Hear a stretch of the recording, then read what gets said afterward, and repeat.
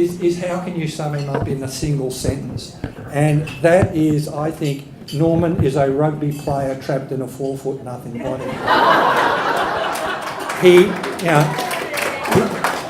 He may be diminutive in stature, but he makes his presence felt, and we all know that because that's why we're all here today, to celebrate this great day. But there is a few things that really make this auspicious, and not just because he's reached 100.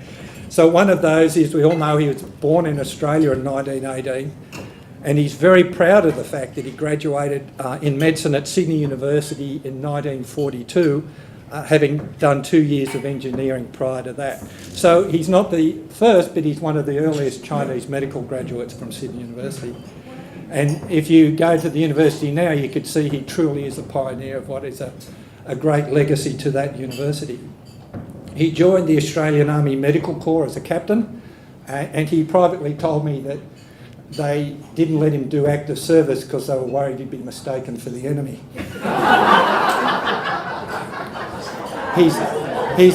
He successfully practiced as a GP in King Cross until reluctantly retiring in his 90s. He's made great achievements in sport, especially in golf and fishing.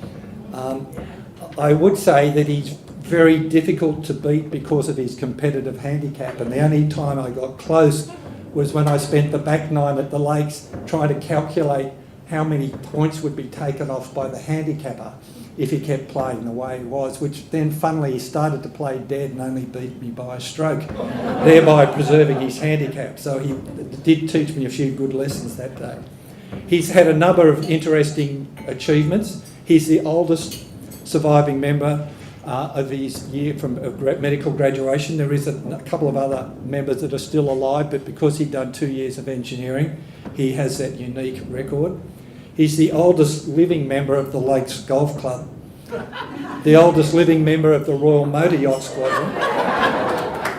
He won the AMA Golf Day in his 90s, which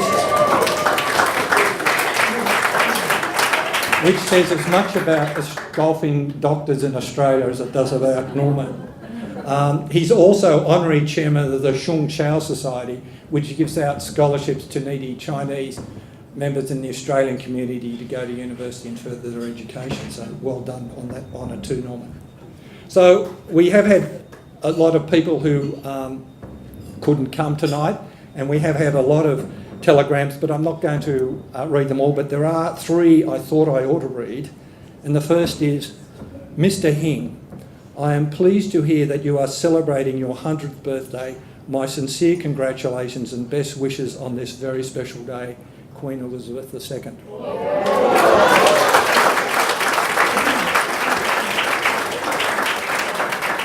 It's only fitting that we hold this event at Royal Sydney Golf Club. Dear Mr. Hing, my wife Lynn and I send our warmest congratulations for the occasion of your 100th birthday. May this very special day be a happy and memorable one. Yours sincerely, His Excellence Governor General Sir Peter Cosgrove. And the last one, congratulations on the celebration of your 100th birthday from Professor Arthur Connergrave, Dean of the Faculty of Medicine, University of Sydney.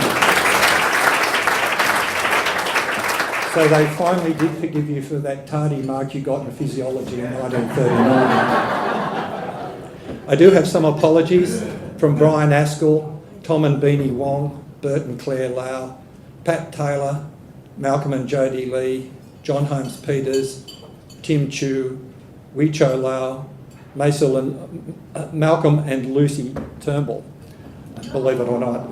Okay, thank you. We will remember them, and it's obviously that not everyone can make it, as a lot of those are overseas. So before we have a presentation on Norman's life, which Antony has kindly put together with a lot of effort and a lot of skill, I just want to say that we'll now, following that, have main course and dessert, and after dessert there will be some speeches, which is what we all want to hear, and especially from Norman. So thank you very much, and I hope you enjoy the evening. Thank you.